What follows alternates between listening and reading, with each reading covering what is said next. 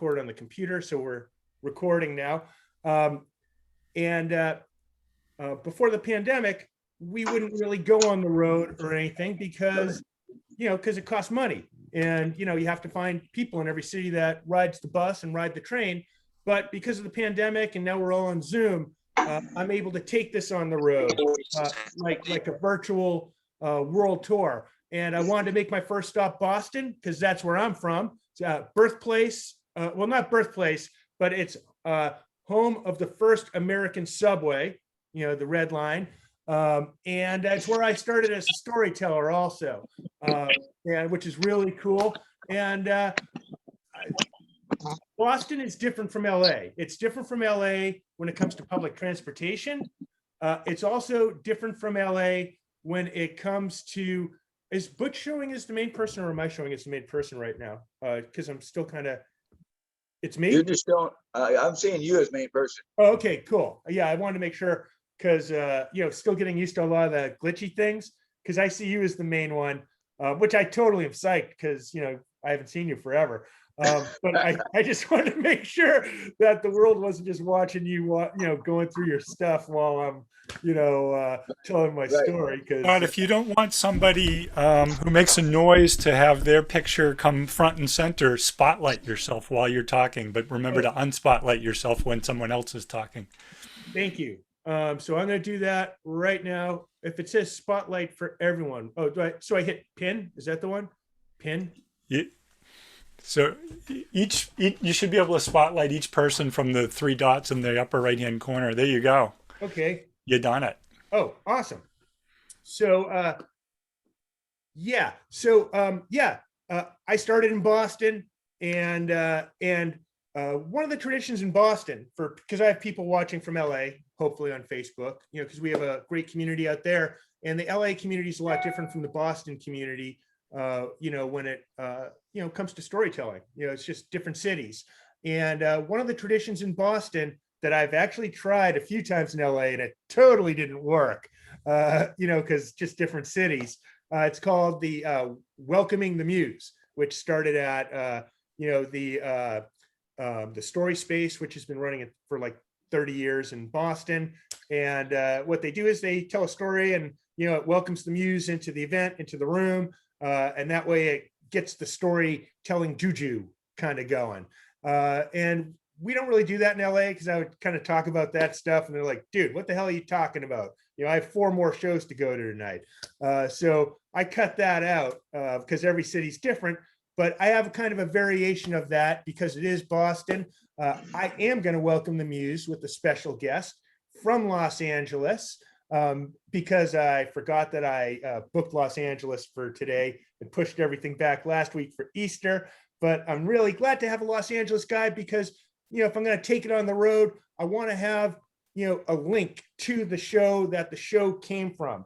And this guy that I'm going to be bringing up first to welcome the muse, my friend Horus RA, he's one of my favorite storytellers.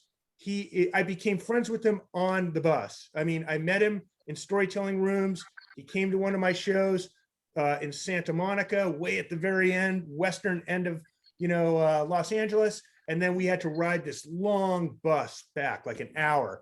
That's where we became friends. Because, when you have an hour and you're stuck in a seat, you get to know each other pretty well, as Butch could attest and Manker, because we've all sat in really tiny cars together for thousands of miles, very similar. And so Horus went on to become, just one of the most popular storytellers on the Busted Show. Our YouTube channel, which we have on YouTube, our Busted Los Angeles channel, his video is the most popular video of all the videos we ever aired. I always love having him on my shows. We did Comedy Central stage in Los Angeles about a half dozen times. We did like 6 sold out shows there. He was either on the first show or the second show. I wouldn't have gone 2 shows without him. And I think you guys are going to like him a lot. I'm really psyched for you guys to meet him, and he's going to welcome the muse for you all. So we're going to get a really cool West Coast muse. Please welcome your muse welcomer, Horus RA. And do I have to unmute him and add spotlight? There you go, Horus. And then unspot me. Is that right? Remove spotlight. Yeah, Oh, you got it. All right, All right. Horace RA. all right. Thanks, Scott, for that introduction, man. That was great. Thank you very much. I appreciate that, Scott. Good to see you. Yeah, good to see you. And I love your Rams gear. Horace is known in LA for his matching gear. That's right. That's right. That's why I wore this, representing LA. So, This Patriots country. Yeah. And hey, since this COVID, man, I haven't rode the bus at all since then. I don't blame you. The last time I spoke to him, we had a 24-hour benefit show, raising funds for bus drivers. And so it's like 3 a.m, and I'm just dead tired. No one's watching, no one's on. And then Horace jumps on because he was working graveyard shift at the 7-Eleven in Watts. And it's like a Saturday night, like 3 a.m. And he's like watching me make eggs. And like people are coming in just to like buy cigarettes. Horace, tell your story. This isn't Scott Talks with Horace show. This is Busted Boston. Welcome to Muse. Horace Rock, Los Angeles. Okay. Well, Scott, this story is about spending a day with my daughter, and basically trying to catch the bus. Okay, maybe this is a bus story that we missed, but I learned a lot about this group. Have you ever heard of the BTS? Yeah, the Korean boy band. Oh my goodness. K-pop. Man, Scott, never make promises, never promise anybody the future. Okay, because you don't never know what the future lies. And I'm the one, if I make a promise, if I say I promise somebody something, I'm gonna do it. I'm sticking to it, But I spoke up too soon because she asked for some tickets for this BTS concert. Okay, and you're good, Dad. Yeah. So as soon as she asked, I'm like, sure, yeah, go ahead. But I didn't know that this group was so popular. I had never heard of them before. Yeah, Korean. And they sold out so quick. That was it. I couldn't get the tickets. Yeah. So now I'm feeling like a big goof, like, oh my goodness, I said I'm gonna get these tickets and now I can't get them. And, so, and it's for a birthday too. She's only 11 years old. She's about to turn 12. No. She was younger than that, man. She was younger than that, right? She was about to turn 11, man. 11. Okay. So she's only 11 years old. So since I couldn't get the tickets, I said, hey, what about, if I can at least get you close in there, get you close to them. They might be able to let us in there because do you mind dressing up like a security guard? I figured if I dress up like security, they gonna let us in the place anyway. Hey, seems like a good idea. So, but she's only 10. Yeah. So I get this 10-year-old to look like she's 18. Yeah. I put on some boots, make her a little taller. Put my security guard uniform on her, and it looked it worked. It worked. Okay. Get my wife to drop us off up there, at the Staples Center. That's where it was, the Staples Center. Okay. Scott, they put me to work right away. Yeah, of course. As soon as we stepped out the car, they start calling for us. All the people around us, they're calling, security. Can you, do you know where the bathroom is? I'm like, no, but you're security. I know I'm security, but Little Sunshine, that's what I call my daughter. I call her Little Sunshine. You know where the bathroom is? She's a kid. They know everything, man. She know where everything is. Yes. She tells the guy where the bathroom is. Okay. Man, I'm not even a minute later, somebody else comes. Hey, security, what time does it start? Man, I don't know. Little Sunshine, what time does it start? 7 o'clock. She knows everything. So now we start, I said, hey, let's walk over here. Let's try to get inside, because obviously this is working, man.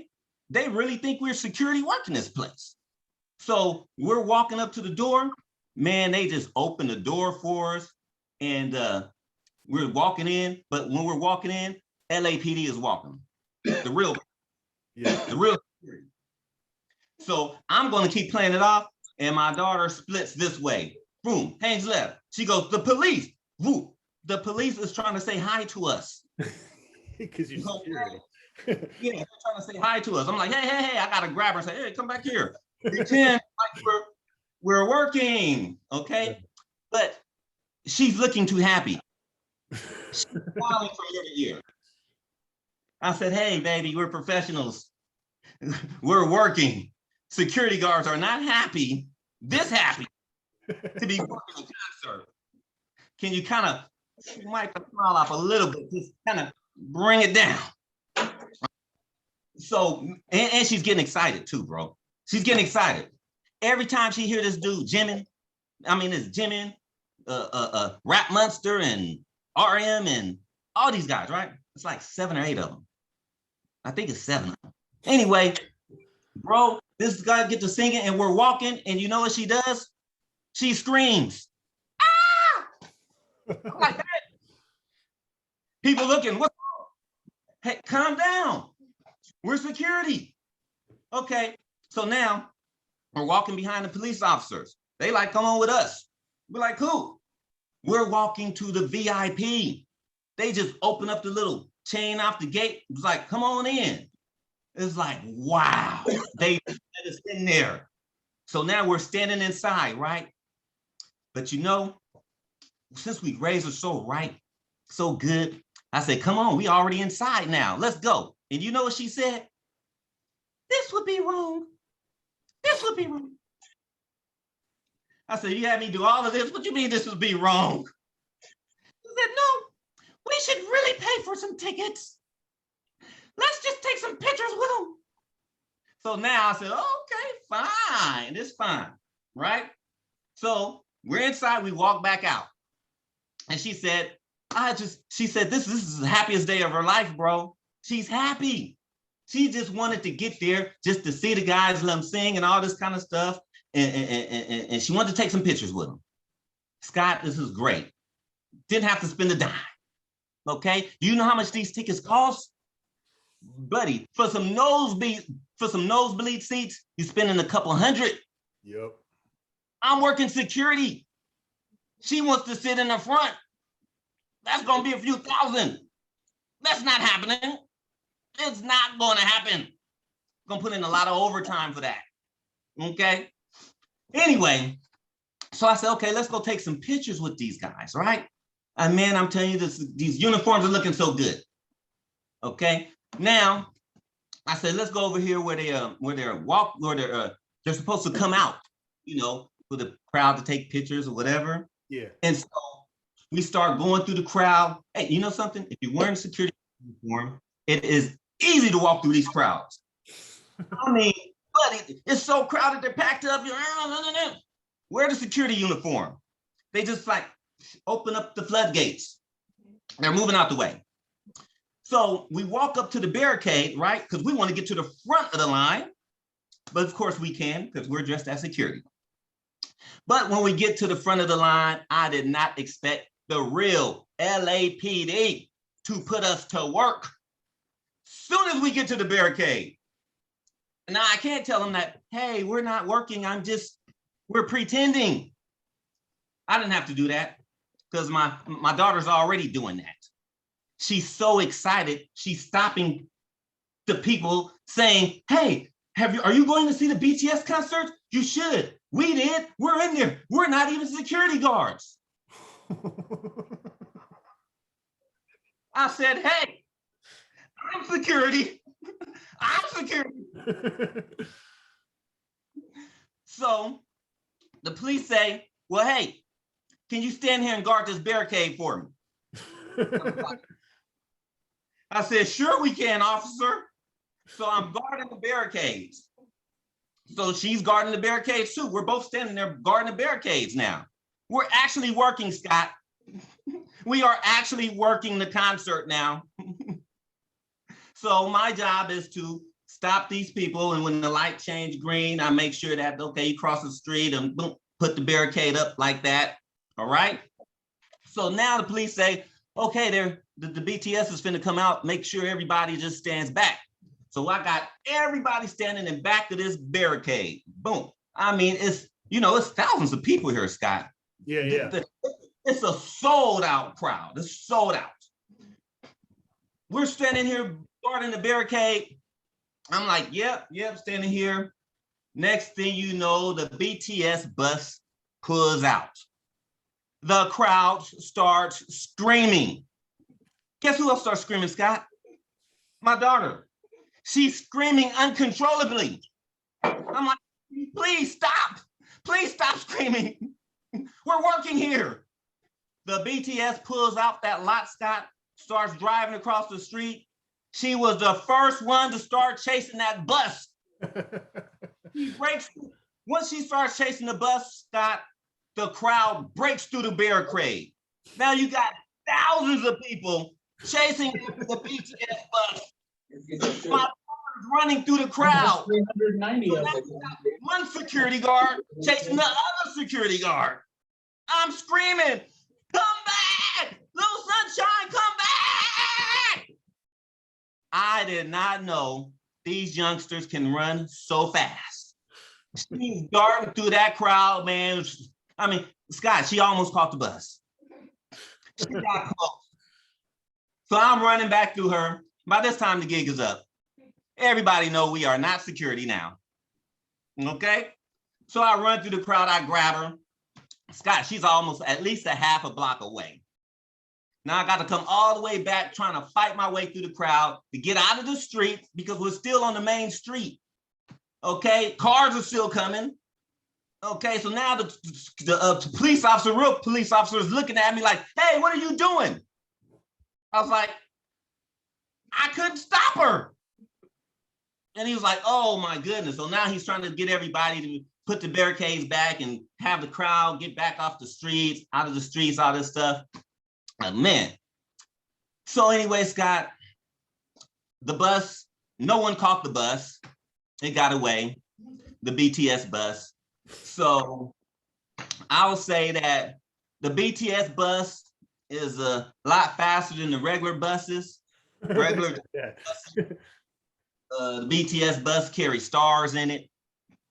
And, the regular bus carries stars too, but I don't think you're going to see anybody running after the Metro to get on that bus or see the stars either. I run after the Metro all the time. But not chased by thousands of people coming to you. See, like we rode the bus before, me, you, Katya, a lot of the busted people. I say we stars, busted stars, but nobody came chasing after us. No one chased after us, Scott. But it's all right. We have fun too anyway, right, Scott? We have fun. Oh, for sure. Yeah, it's always great. Yeah. Anyway, I remember we got a ride from Alex. Alex? What is it? The bus driver? Oh yeah, Alex Pages. Yeah. No, which one did the show last week? Bus driver. It would be probably Alex. Oh yeah, Alex. Yeah, Alex Gomez. Yeah, that one. We went to the college. Yeah. Anyway, first, let me just say, let's hear for Horus RA. He's welcome the news from Los Angeles. He's on LA time. And yes, what Horace is referring to is we were performing at a college at Cal Poly Pomona, and on the way back from the show, because Pomona is outside Los Angeles, you have to go to a central terminal area just east of Los Angeles, and from there you get connected to the LA Metro, and that takes you into the city. And as we boarded the bus, one of the bus drivers turns to me and says, "You're that guy from that bus show, right?" And I'm like, yeah. And he's like, Scott, and he names me, and I'm like, yeah, yeah. And he tells me he watches my show on YouTube. And so here, I'm going to take Horus out of the spotlight. How do I do that? You got to push yours or something. Oh, okay. Spotlight. Oh, I see. There we go. So what happened was, like I'm saying, like, oh yeah, that's Katya. And he's like, oh, I know, and that's Horus. Oh yeah, I know. So meanwhile, I'm thinking that like maybe I was like maybe smoking a little weed behind the terminal, and they like said, hey, let's play a prank on Scott, and like because his ego, he's gonna, totally.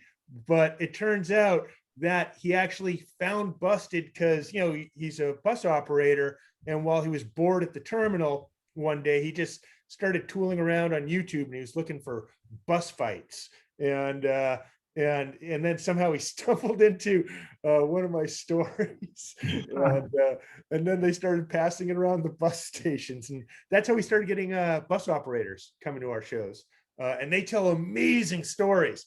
Their stories are awesome. And I'm going to be doing some shows on this virtual tour that are entirely bus operators, which I'm really psyched for. So what I'm going to do now is, because I usually tell a story up front, and so I feel like I'm kind of, I'm just going to do a short anecdote because I want to keep the show going. But I'm gonna do a story that takes place in Boston and is specifically Busted centric. I grew up on the North Shore of Boston, in Marblehead. And so growing up, going to Boston, we would pass Suffolk Downs and the Lady Madonna statue. That's above Suffolk Downs in East Boston, and that's just prior to the entry into Boston. And anybody that comes from Marblehead, Swampscott, Lynn, Nahat, Revere, East Boston, they're going to see that all the time. And I've never actually been up to the top of the hill where the monument is, but they have a giant cross that they keep lit up, and you can see that from the road.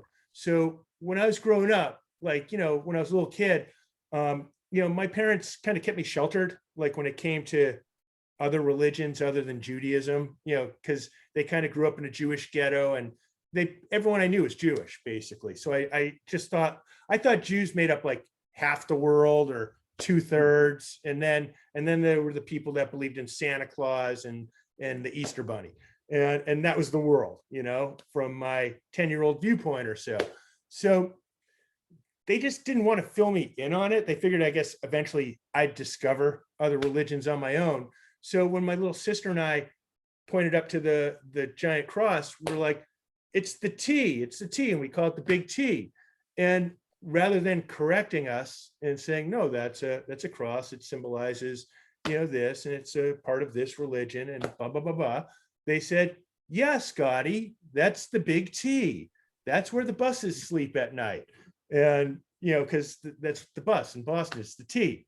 And because I'm 10, I believe my father. Oh, that's where the buses go at night. And then that would kind of be the thing they would say, like every time we drive into Boston or drive to see my great grandfather in Everett or places like that, you'd see it. And so it just got embedded in my head. And then maybe I was 12 or 13, like 7th grade, like old enough to take the bus on my own with my classmates to go into the city and like walk around, maybe go to a Red Sox game or Newbury Street or Faneuil Hall. And we're taking the bus and we're passing, the Lady Madonna statue. And I turn to my friends, I go, that's the big T. That's where the buses go at night. And they're like, what the hell are you talking about? And I'm like, that's where the buses go at night. It's the T. And they're like, are you serious? And that's kind of where they explained that to me. Because I just didn't know what a cross was. I'd never seen like a lit cross other than that. So I just believed my father.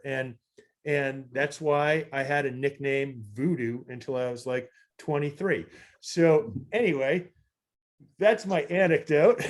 And now we're going to keep the show rolling. Feel free to hit the reactions and put some little claps on there. I can't hear you, but that way at least I know you're out there. So I'm going to unmute our next storyteller. And let me see. Oh, she is unmuted. Awesome. And I have no control. This is like all new stuff. This Zoom. This is like giving me like a synthesizer or something. So figure it out. So this storyteller coming up now, I've never seen her perform, but I know friends in LA who actually are friends with her, and they said great things. And I saw Norah Dooley this weekend, and she was saying wonderful things. And I'm really looking forward to having her on. I know she produces a show. And what is the name of your show, Julie? Blue Chakra Stories. It's actually just an idea at this point. There will be shows coming in the future. Oh, okay. And does that have something to do with Brother Blue? No. Oh, okay. I always assume that when I hear Boston storytelling and the letter, and blue, because there's that common association there. Anyway, really looking forward to having our next storyteller. I hear wonderful things about her. I know you guys are going to love her. So hit your little reaction thingies or swing your hands around. And I'm going to put her on the spotlight and welcome Julie Baker to the microphone on her computer. Yeah. Thank you, Scott. I can't wait to see all of the stories. I'm excited. So I stopped driving in degrees. First, I stopped driving at night. Then I stopped at dusk. Then I stopped in the rain. Then fog. When I started getting in all these fender benders on sunny days, because I had no depth perception, I knew my driving days were going to be over soon. I had been diagnosed with multiple sclerosis, and most people think, oh, somebody in a wheelchair. No, I had optic nerve damage, so I was visually impaired. When my neuro-ophthalmologist said he was going to give me an application for the ride, I said, no, thank you. I actually said, no fucking thank you, because the ride are these little vans with bright yellow stripes on the side, and they're for people with disabilities. And I thought, no, I have an invisible disability and I'd like to keep it that way. I can pass as somebody who's completely able-bodied. I do not have a white cane with a red tip. I do not have a seeing eye dog, or, they make seeing eye ponies now. None of that. I could muddle through. So I just stuck to regular public transportation. I took the T, I took the bus, but then bad stuff started to happen. I got on this sort of chartered bus by mistake, and you had to pay cash, and I had no cash. There was one other woman on the bus. I was 60 cents short, and she acted like she didn't hear me when I asked her for 60 cents. She was acting like I was a homeless person begging for change. And the driver let me off on a divided highway, and I had to call a friend. Another time I missed a regular bus, and I was walking in the dark, and I fell in a hole and I sprained my ankle. And then the worst was when I was on the T, the commuter rail, and I didn't see the word express on the side. And I thought I was going to South Station, but I ended up being on an express train to Providence. If you're not from New England, you don't know this, but Providence is a whole other state. I was very, very late that night. So I said, okay, I will take the ride. I will suck it up. I will accept my limitations, but I won't really, do it very often. So the first time after I got my ride number, I thought I'll just go somewhere where I don't have to be there at a particular time. And I thought, I'm going to go to Walmart, because the only way I can go to Walmart is with a friend. And I'm always feeling like, oh, they're waiting for me. So I thought, I'm going to go to Walmart. I call up, I order the ride. They tell me what time they're picking me up. They tell me what time they're going to come back and get me. They're coming back to get me at 2:15. Now I make a plan. I'm going to be through the register by 1:45. So I am waiting for them. Nothing embarrassing will happen, but no. The ride is not very punctual. So I'm standing there at the register with all the crap I'm buying and all these little gray Walmart bags. And all of a sudden, there's this big man in an orange vest and a trucker cap that says "The Ride" on it. And he goes along the register screaming, "Julie Baker! Julie Baker!" And I have to wave. I don't know that I can say to him, No, you're early. I'll meet you outside because this is my first time. Then he sees all my bags and he says, I don't have to take you if you have more than 4 bags. Wow. Well, I didn't know that. We get to the car and the trunk is empty. He was just being a jerk. Then I start becoming a regular and I know the rules. I know my ride number by heart. I call up the night before, 206-2784. I'm going here. I start knowing that you have to lie. If you don't want to be too early, you have to lie about the time. I know all the tricks. I learned that if you want to go to the beach, you need an address. What beach has an address? So I figure out a Dunkin' Donut that's across from Nantasket and I give them that address. I get favorite drivers. And then I start meeting my fellow passengers. There's Phyllis. Phyllis works at Boston City Hall. She works in the mayor's office and she's a really, really nice woman. And we ride together a lot because she lives in my neighborhood. When we ride, she points out things because we're going all over tarnation, as my grandmother would say. You don't go a direct route because you're picking up other people. She tells me about a jazz club that used to be there in the 70s. And she tells me about a barbecue place that has really good ribs. She's wonderful. She's lovely. We start coming up with a fantasy that if one of us wins the lottery, we're going to hire our favorite drivers and have a fleet of limousines. And we're going to only invite the other, riders that we like to be part of this. And we will have them on beepers and we will beep them when we want to get picked up. And they'll always stop at Dunkin' for us. And they'll always stop if we have to go to the bathroom. There's some passengers I don't like very much. There's this woman, I never get her name because she ignores me. The first time I met her, I said, "Hi, my name's Julie." And she went, "Huh?" And every time the driver tells me we're stopping in South Boston, I know it's going to be her. And she and I start getting in this silent battle. She likes to be in the front seat, in the passenger seat, and she reclines the seat all the way. I like to sit in that seat too, kind of just to be a jerk because she's mean. She's just mean. She's mean to the drivers. She makes them turn off the radio. She's mean. So I get in the seat first. And when she comes out and sees me sitting in the seat, she stands there at the passenger window and just stares at me, trying to intimidate me. And I just stare back. I got there first. Then there's the people who are kind of sad. There's Katrina. Katrina moved to the US from Russia when she was a teenager, and she was so excited about leading this teenage American life. And then she's riding her bike home from school in junior high, and she gets hit by a truck. And she has a bad head injury. She has no short-term memory. So every time I see her on the bus, she says, "Hi, my name's Katrina. What's your name?" And I say, "Hi, Katrina, it's Julie." She tells me stories about these boys she has a crush on, but these are teenage boys. She's now in her 30s. She asked me for my phone number and I give it to her. And every time she calls, she says, "Hi, this is Katrina. Who's this?"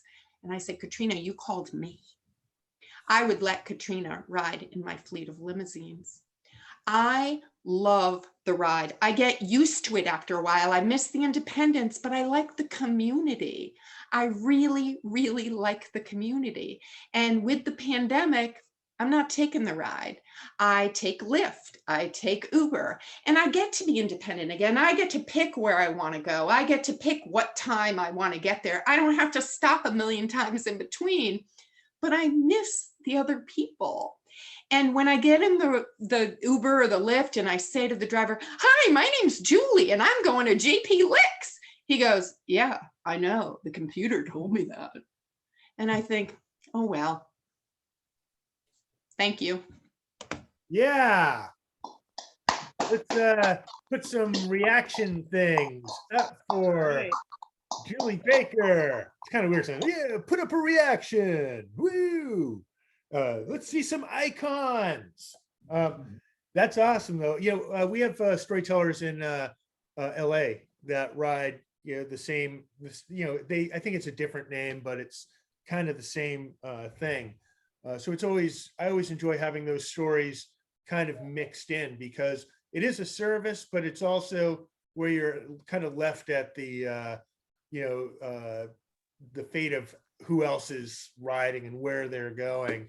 But I thought it was so funny, like when you talk about like Providence being like a whole state away, because in Los Angeles, that would still be Los Angeles. Los Angeles is huge. So for Horace and Erica, that would be like the Valley. We went all the way to Sherman Oaks. It's a long way. It sucks. It's like in LA, the thing that would happen to me would be like sometimes, because I like to party, la-di-da-di, as you can tell by my backdrop. So one of my friends, he always had pills, and I had a toothache, so he gives me Klonopin, and I'm like, oh, thank you, and I'm about to take. He's like, no, wait till you get home, and I'm like, dude, I'm not a rookie, and I just pop it, and I get on the bus, and I fall asleep, and these buses go for like 50 miles, and it's the Metro bus, just a regular $2 bus, but it goes from the beach way out into East LA. And I went way past my stop, woke up at the far end of East LA where I've never been. It's mostly Spanish and it's dark out. So and I'm disoriented because I took a tranquilizer that basically knocked me out. And I'm really only up until I get on the next bus to take me back. That was a fun night. I wish I could take the lift when I take a Klonopin, and then that would just be so awesome. But I guess now you just take Uber. Anyway, let's hear it again for Julie Baker, Blue Chakra. Yeah. And just so you know, by the way, Busted, we've been going for 8 years. Like I mentioned, we have our Facebook page, Busted Los Angeles. You can find it on all your finer Facebooks. Also we have a YouTube channel, and that's like the youtube.com/c/Busted Los Angeles. And that's where I put videos that we've been doing for years. We had a green screen show for a long time that we did. And we used to do a lot of live shows in LA. And this is really fun doing the world tour. An interesting thing about our show, now that people are beginning to go back to shows, I see people talking about like outdoor shows. I found a park. I found a hat shell in Salem Willows that we could go to, and no one else in the city knows about it. But I've done my show outdoors pretty much from the beginning. My show started on a back patio of Stories, Books and Cafe in Los Angeles. That's our home terminal. Let's hear it for Stories. You've never been there, Boston, but you'd love it. Give them some golden hands because they rock. Stories. Terminal, Busted Los Angeles. You can look them up. You can buy books from them. They'll ship them to you in Boston. Ride them on the T. But you can read I Do It Again by Mayor James Michael Curley. It's my favorite book ever. I have it right here on my desk.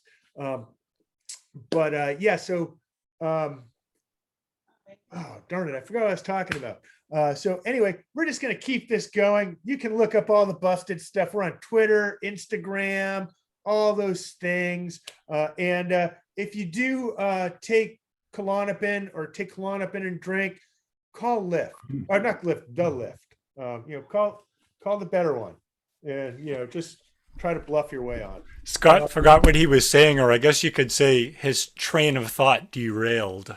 Oh God, that is way too good. Wait, I gotta hit every icon for that.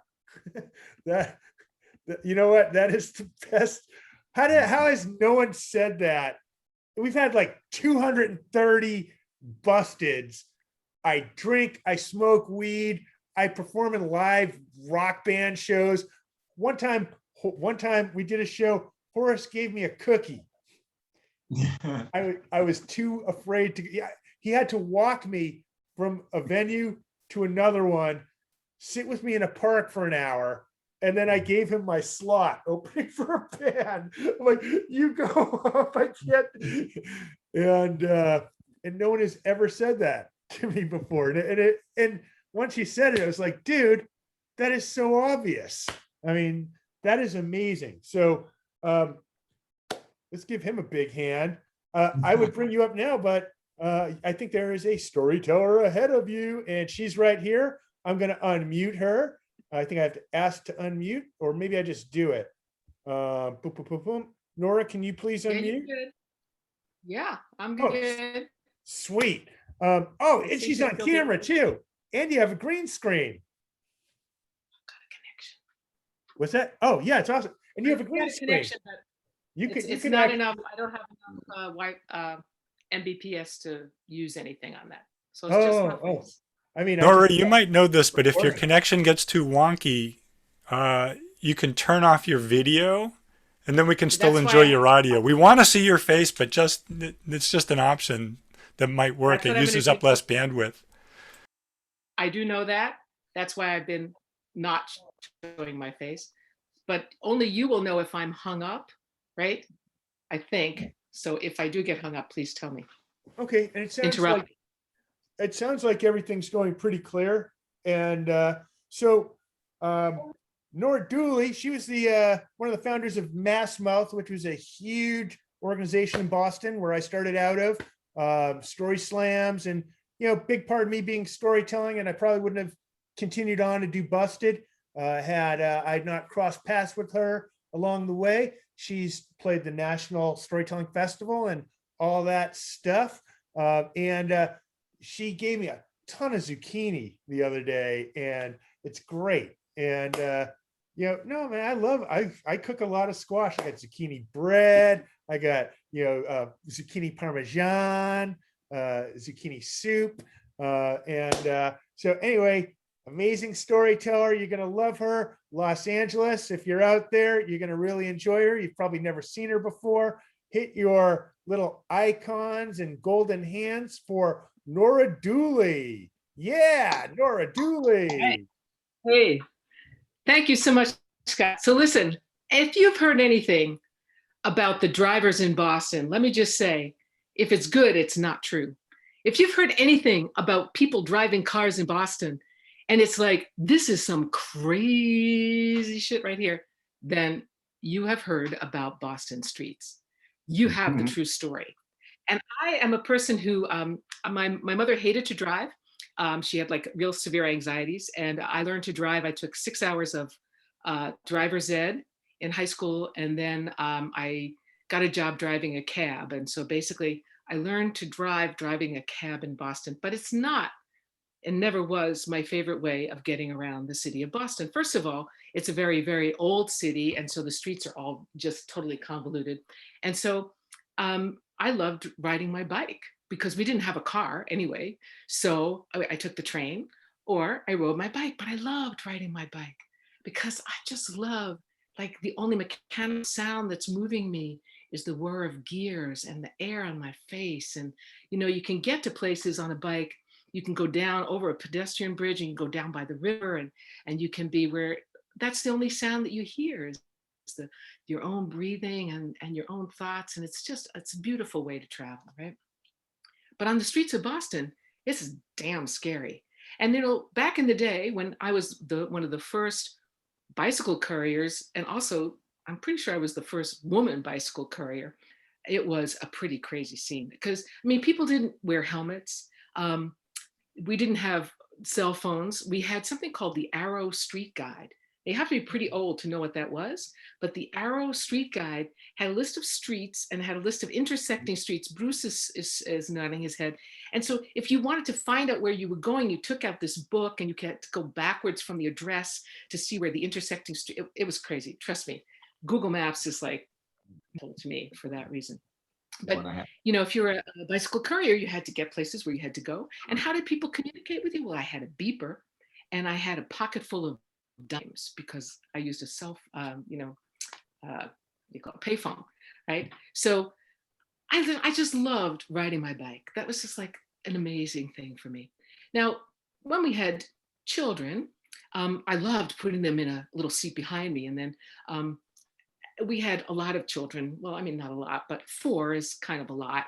And then if you want to get places, you can't have them all by bicycle. There's just too many. And I was just too anxious about putting them on the streets of Boston. I mean, people do not ever like signal where they're going. I mean, they might turn on a signal, but that could very easily be that they've had their left signal on because they're going to make a right turn in front of you, because that's how we do in Boston.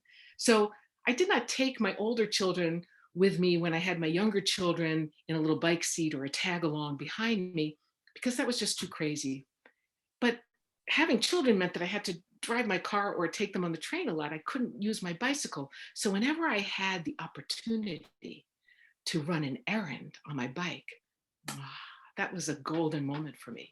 No dependent human beings, just me and my bicycle and the city streets of Boston. That's not so bad, right? I lived in Central Square in Cambridge, which is just down from Harvard Square. And I had to go pick up some leaflets for something that we were organizing. And I had the chance to go down to the South End on Mass Ave. Well, Mass Ave is literally a clusterfuck. I mean, it's like there's buses and there was all this construction on the way down. I mean, it was like these big, holes that they were putting in pipes or something. A whole bus could have fallen into them. They had those big metal covers that they would cover them up with. And so I was going down, but still, I was driving by myself. I'm riding, I'm going down, I'm going over the bridge and looking at the river and seeing things. It was beautiful. Way back, I'm stopped just across the street from, the nuclear power plant that there is so that MIT students can practice.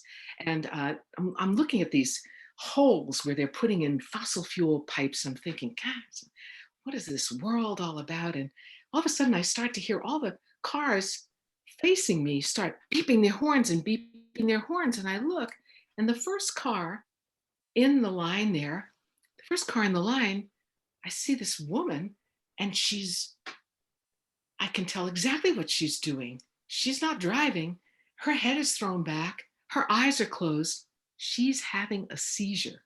She's having a seizure, stopped at a red light on Mass Ave. She has just driven by all those open holes, and she's having a seizure right there in her car, stopped at a red light. Well, I get across the street to where she is. There's only one guy who is stopped to come out of his car to see what was wrong. And I said, I think she's had a seizure. So we push her car over to the side, and I guess somebody called the cops because, no cell phones. And the cops come, and the first thing he says is, drugs, did you smell anything? Did you see anything? I said, no, she was having a seizure. He said, well, how do you know that? And I said, you know what? When you've seen your 4-year-old daughter seize for more than 10 minutes and you look at her unconscious face, that is something that is seared in your memory. When another one of your daughters has a seizure at 8 years old after she has rheumatic fever, that's another thing you remember. She was having a seizure. He said, well, I don't smell anything. I said, yeah, whatever.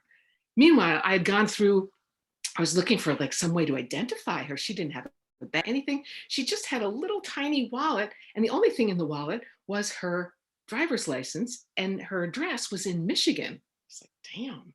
And then I looked in the glove compartment, and I looked at the registration. The registration was from Reading, Mass, which is north and in the suburbs, definitely not in the city.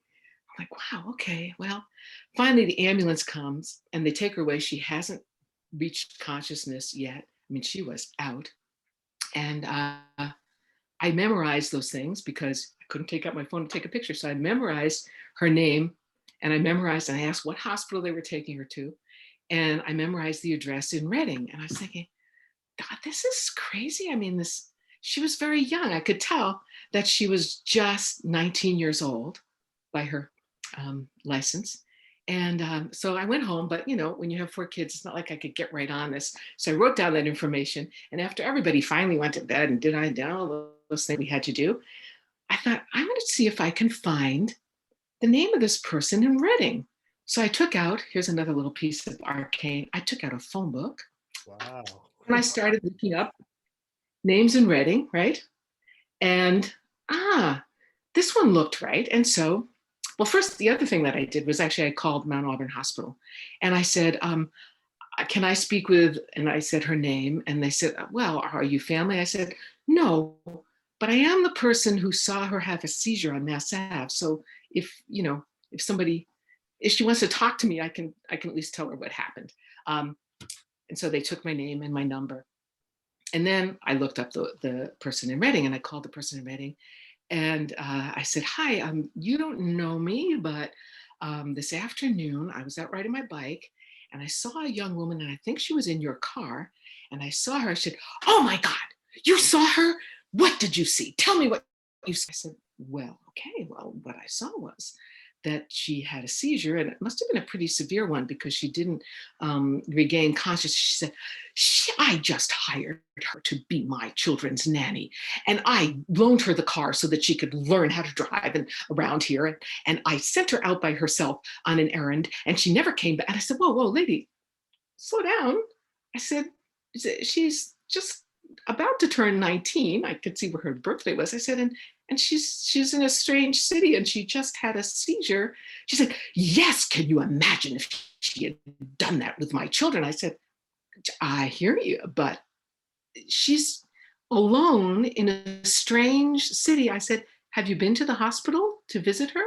She said, why would I do that? And I said, well, I don't know, but I'm a mother too. And if that was my daughter, that would be something I would want someone to do.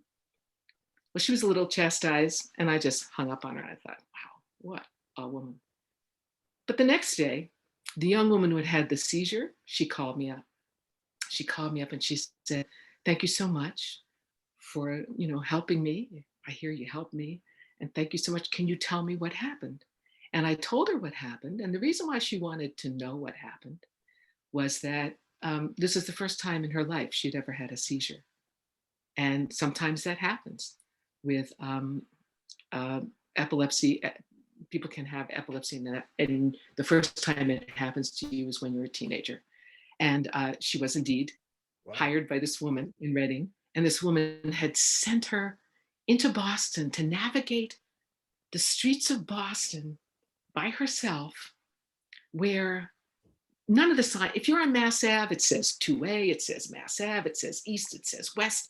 None of the signs if you're paying attention to those signs, you could get anywhere, but not the place you're going, because the signs don't make one bit of sense.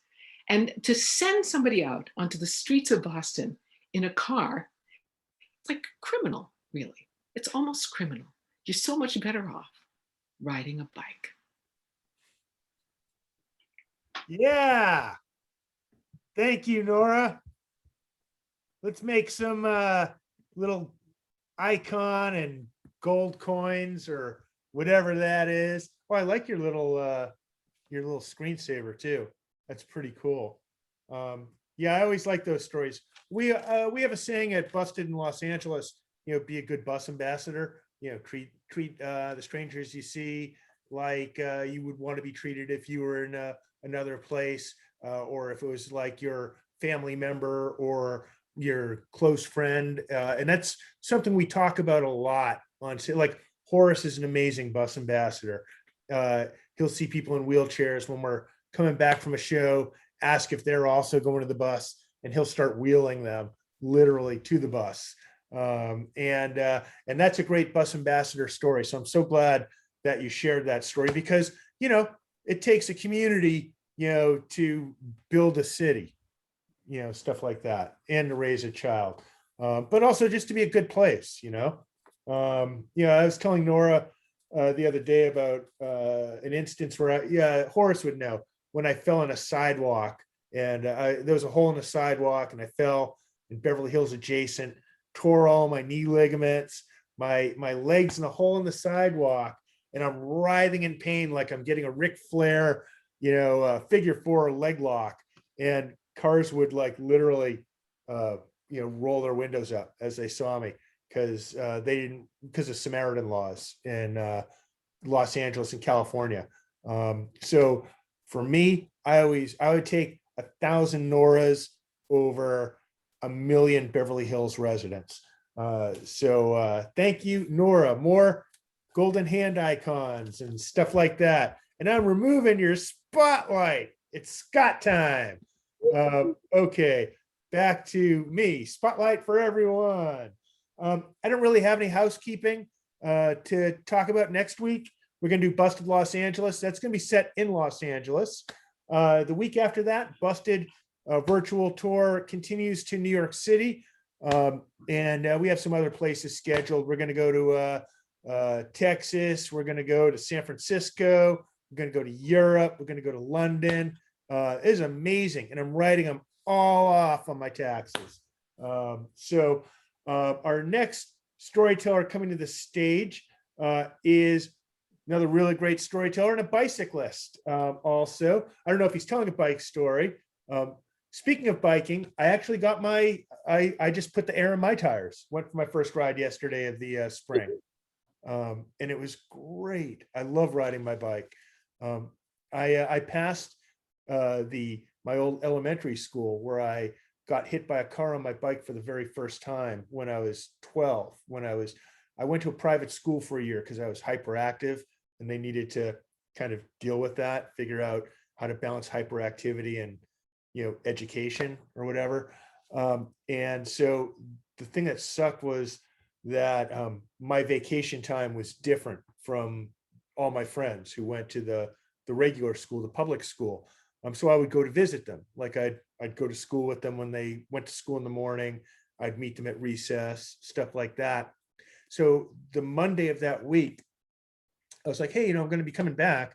I'm going to stop at Richdale's, or it's like a 7-Eleven out here. And I go, want me to pick you up anything? And so they'd be like, yeah, why don't you give me some Fritos and some candy? And so I'd tack on a little extra money onto it, like, an extra dime, an extra quarter.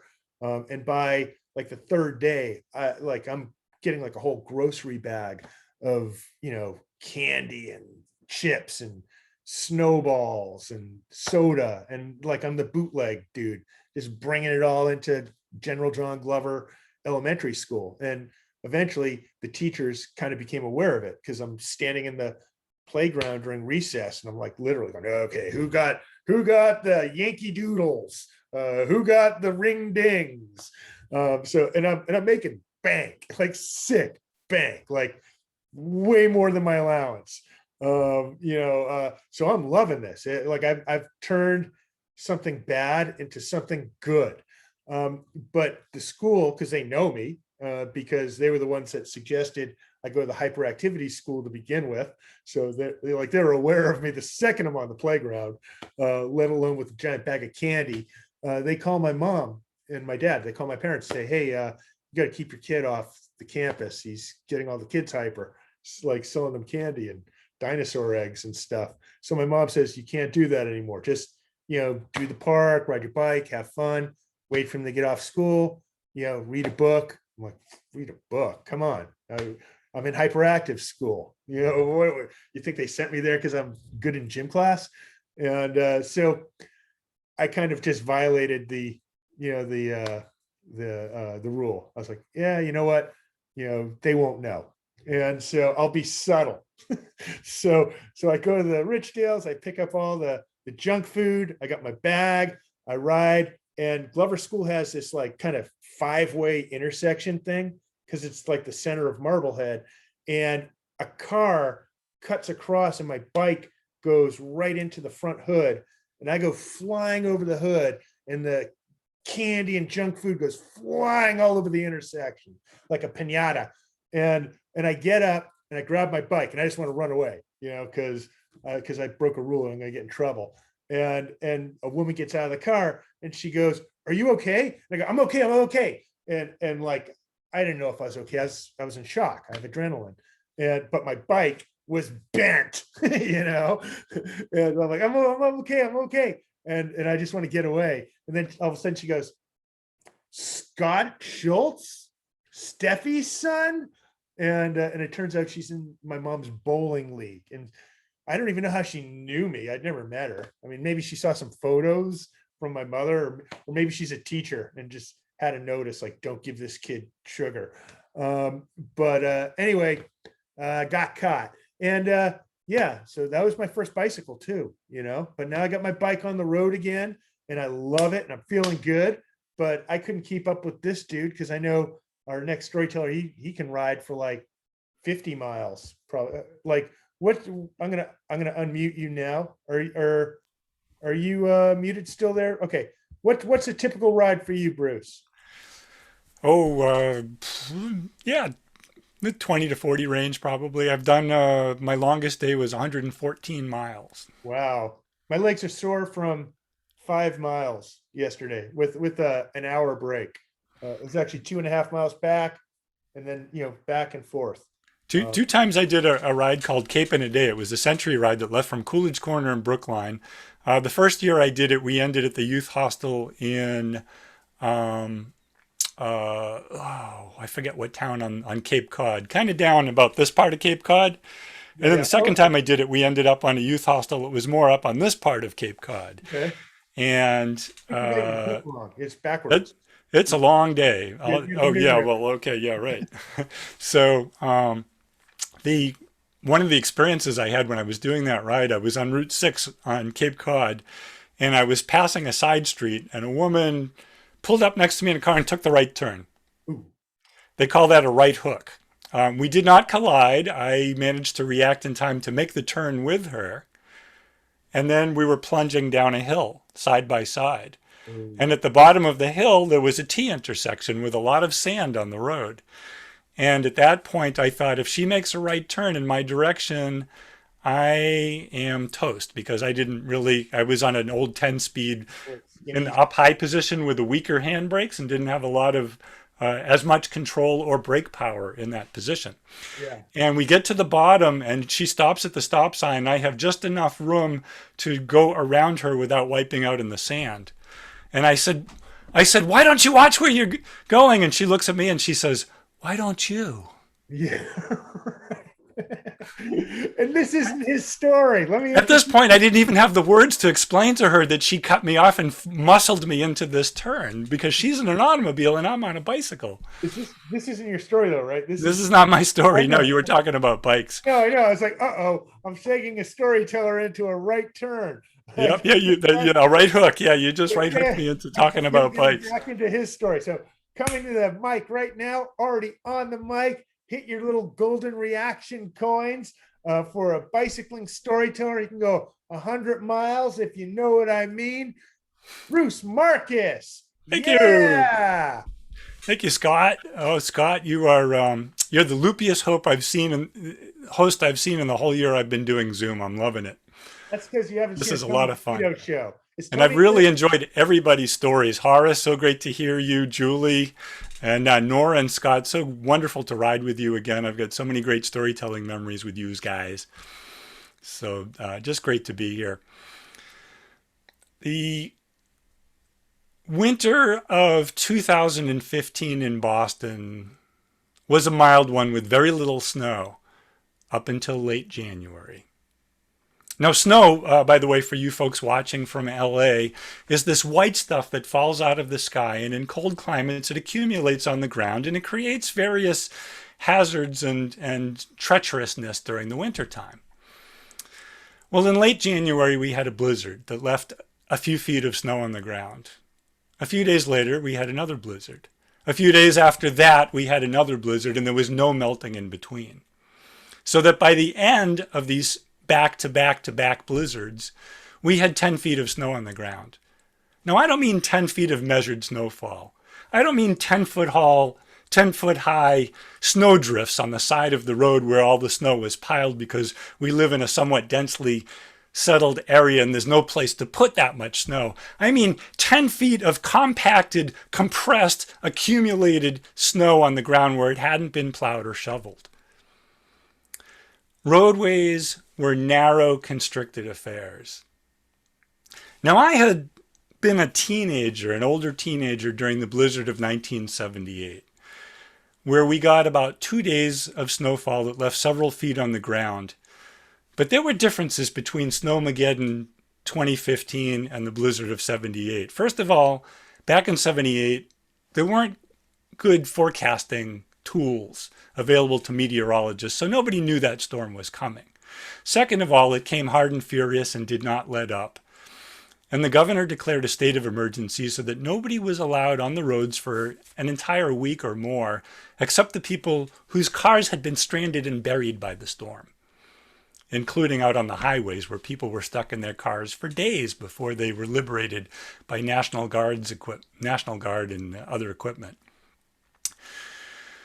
By contrast, Snowmageddon 2015, the roads were plowed and navigable the very day after each of those blizzards, which blows my mind because there was so much snow.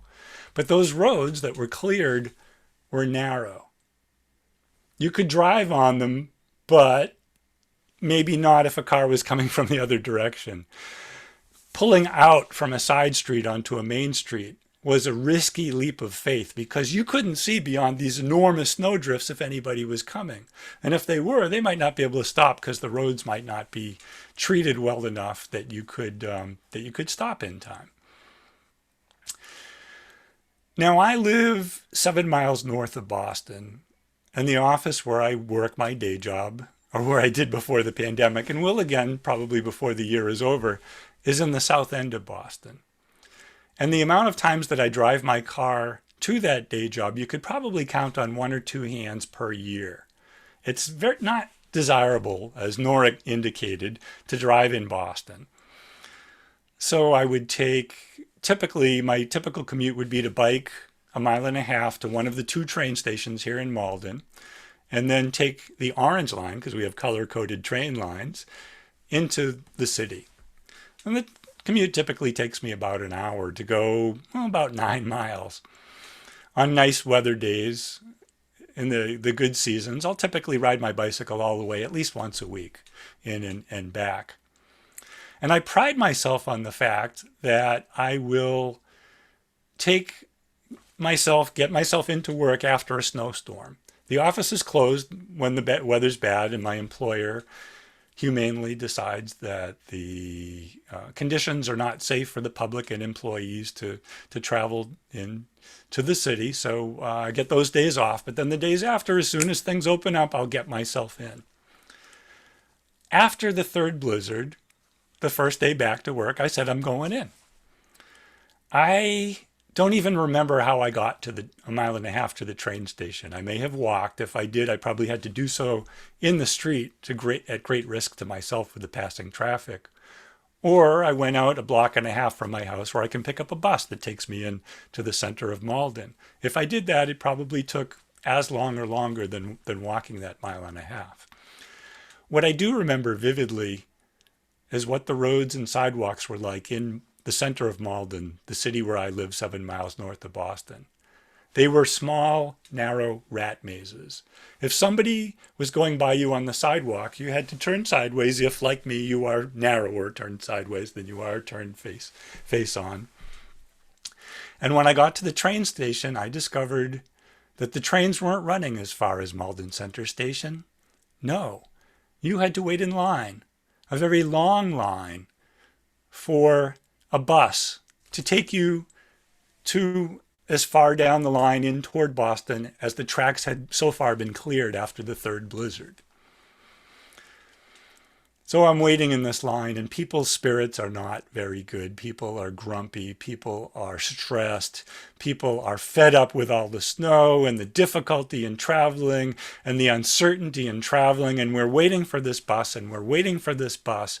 And finally the bus pulls up, and it's not a normal MBTA bus. This bus is some kind of a tour bus. So to add insult to injury, instead of having a door on the front and a door on the side, so passengers who are getting off can discharge on the side while other passengers get on the front, making things more efficient, we have to wait for people in this long, long bus to all come out the front door and somehow squeeze past us on this narrow, constricted sidewalk before we can get on the bus. And then we get on the bus, and the mood changes completely, because this is not your typical MBTA, Massachusetts Bay Transit Authority, MBTA, or better known as the T, not the T like the cross that Scott saw on the side of the Massachusetts Turnpike, but the T, the capital T for MBTA, their logo. This was not a typical T bus. This was a luxury tour bus. And as I took my seat 2/3 of the way back, I sat down, and this was a padded, reclinable seat. I started talking about this wonderful bus to the person with the person sitting next to me. Now, normally we don't always talk to people. In fact, typically we don't talk to people next to us on the T. You know, sometimes people do chat with each other, but I've been a T commuter for decades, and I've enjoyed the convenience of it, but I've also endured all the indignities of the delays and the passengers who are unwashed or mentally ill and all those other good things. But this was a different set of circumstances. And we talked about how, wouldn't it be nice if we could commute like this all the time? And we sat there and we enjoyed our ride in that took so long to eventually get on, but in that luxury bus that took us one stop. You see, the T had not cleared the tracks for the last 2 stops, and I was getting on from the second to last stop. We went one stop before we got off, and the indignities once again began. Waiting on a crowded, packed platform to hopefully get on to the next train that came from Boston, that let us off somewhere where we had to walk another distance. I ended up walking the rest of the way. This was my personal best, this commute. It took 2.5 hours for me to do a commute that typically takes me about an hour or a little less. But there were 2 things that made this commute tolerable. One was the fact that in that entire 2.5 hours, I did not have to pee. And 2 was my memorable ride on the luxury tour bus. Thank you. Yeah. Thank you, Bruce. That was awesome. Hit your little golden hands and icons. At the end of the day, a good ride really does come down to whether or not you have to pee. I mean, I live in LA, and, our rides can go 2.5 hours fairly often. And it really, I know every screened wall, big wide tree, because I'm skinny. I know every unlocked bathroom. I know every coffee shop. I know every hotel where the concierge doesn't pay close enough attention to who's going in the front door. When you're a bus rider, that's just stuff you got to know that, that's handbook stuff. And a bike commuter too. I know every patch of trees in every park where you can have a modicum of privacy. Yeah. Oh, totally. Oh, yeah. And it's LA. You don't even need privacy. I mean, it's LA. People won't even notice you. That's like when Horace was doing his, little girl voice. I was like, oh, that reminds me of my apartment in La Brea. The voice is coming from the sidewalk, because La Brea is like just a wild kind of city. And,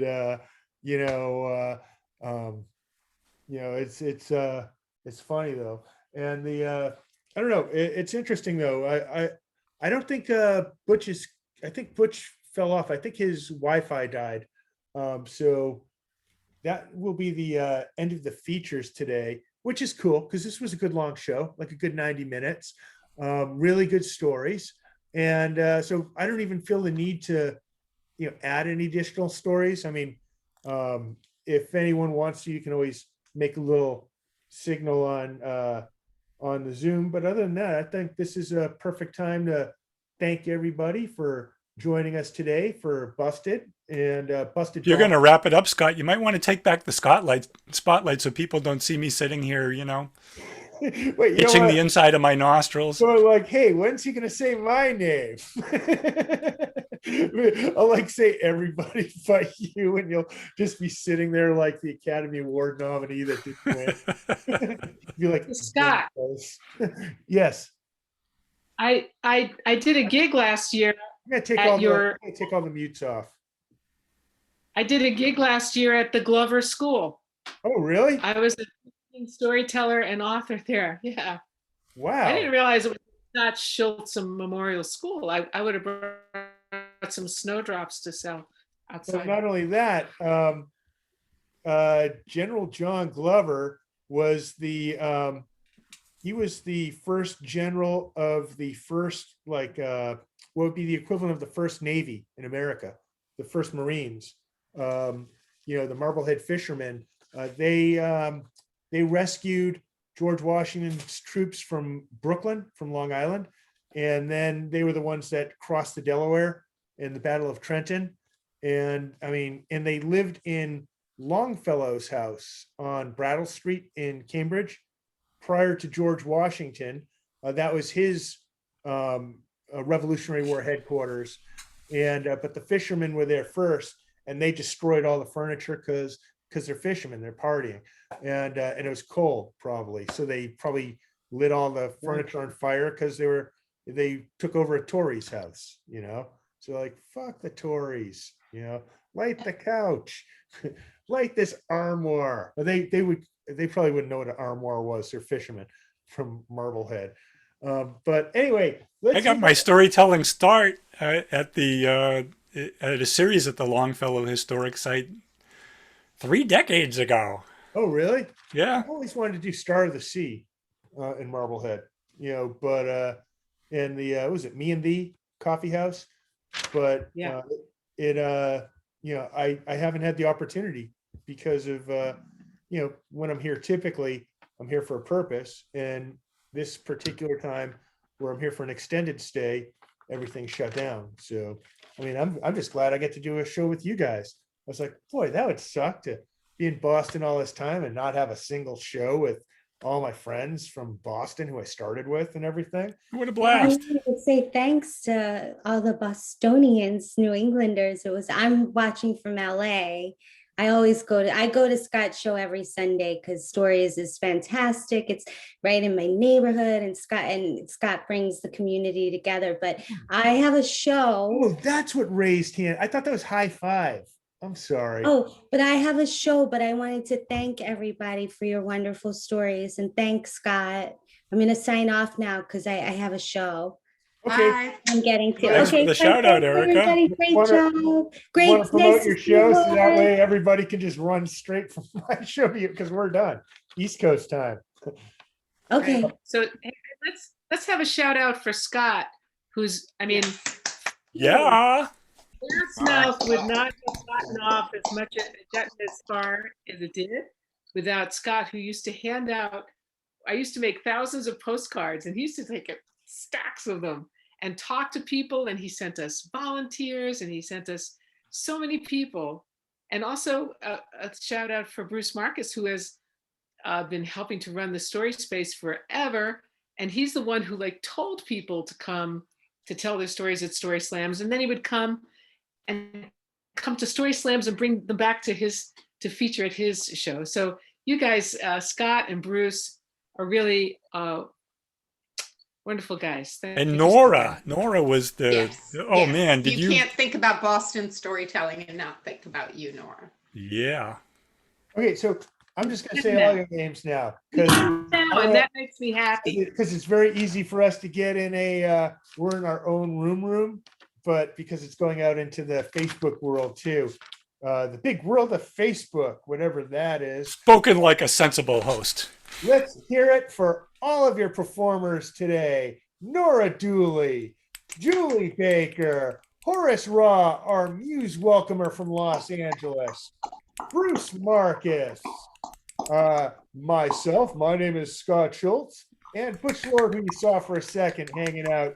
And I think he had his hand up, but I thought he was doing a high five the whole time. He's probably trying to tell me something. It's like one time Horace called me up. Horace was at the beach, doing his thing in Venice. My show's in Echo Park. It's one bus all the way, but it's like an hour and a half. And he's going to my show, but he has to go to the bathroom, and because it's a long ride, and he's coming from the beach, and he's going to be late. And so he keeps getting stuck along the way. Like, gets off, gas station says, no bathroom. And then he has to get back on, no bathroom. So finally he finds a bathroom, and now he realizes he's not going to make it on time. So he calls me while he's in the bathroom. And I'm setting up the stage. I've already started the show. I'm like, yeah, Horace is on his way. And then the phone rings. I'm like, in fact, here it is. Here's Horace. Because people come late to my shows all the time because the hosts, I mean, the storytellers ride the bus, so they're kind of slave to the schedule. So Horace calls me, but I'm on stage now. So I'm talking to him, but I'm talking on the mic and I'm not really listening to him because I'm in my MC mode now. And and he's talking, saying, "Hey, I'm sorry, I'm going to be really late. I'm having a physical emergency." And I'm just like, "Horace says he'll be here in 5 minutes." And, I'm just not listening to him. I'm like, "Yeah, don't call me when I'm on stage. He'll be here in 2 minutes. He can't wait." He's like, "No, no, no." And I hang up on him. Like, I'm like not even listening to him. And then he shows up like, maybe 30 minutes later, 40 minutes, an hour, like towards the end of the show. And he comes in and he tells the actual story of what happened. And I felt so bad. And it even leads into, and then he says, he'll be there in 2 minutes. And I'm saying, no, no. And he hung up on me. and then I had to catch the bus and make it here. But that's a busted story. I mean, and it kind of ties everything together: the bathrooms, the bustage, the long kind of trips and commutes. In LA, one of our traditions would be we all exit together, and either we'll go get a bite to eat across the street, and then when we leave, we all walk like in one direction, typically, because we all catch the bus or walk or skate or bicycle, and then we just kind of gradually fan out as we hit our streets. And sometimes we might be walking 3-4 miles. Like me, I'll walk all the way home. I don't care. Especially when I'm with my friends and the audience and the storytellers and our busted community. And I'm so glad that you guys got to be a part of that. And I'm glad that my friends that are in Facebook land had the opportunity as well, and get to see some of that Boston stuff, because that's what I was all about before I went out to California. Our next show is going to be on Sunday at 7 p.m. Pacific time. It's Los Angeles again. The following Sunday, it'll be 4 p.m. Pacific time, 7 p.m. Eastern time. That's when we're in New York. We do have one other tradition, much the way the Story Space ends their show with a little bit of phraseology, which I also tried at one point, and LA was like, "Dude, you got to stop doing this." But one tradition did stick, because traditions, you can't take a tradition from another place and transport it and say, "Here's your tradition, guys." So learn to love it. Our tradition on Busted is, I always end the show by saying, for all of you out there who get around by bus, train, skate, walking, be aware of your surroundings. And for those of you who do drive, please respect the crosswalk. Thank you, and we'll see you next Sunday. And now I hit the